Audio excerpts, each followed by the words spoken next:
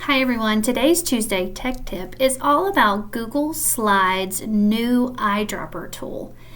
And you know, when you're building a presentation, let's say you have a picture in your presentation and you want your text to match the exact color from the picture, you can now. You used to have to use an extension called Color Dropper, but now Google has integrated it inside of their slideshow. Let me show you. So right here I have my text selected. I'm going to go up here to my text color, and once I open that, I can see that I can do a custom color, but right beside the custom color is an eyedropper. And once you click on that, your cursor now turns into a color picker, and you can scan any color that you want, and with the click of a button, it is changed. So I'm going to click it again. Say I want to do another color. Say I want to put in this yellow.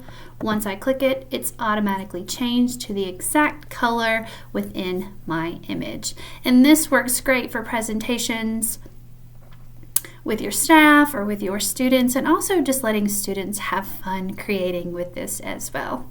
All right, I hope this helps. If you have any questions, please reach out.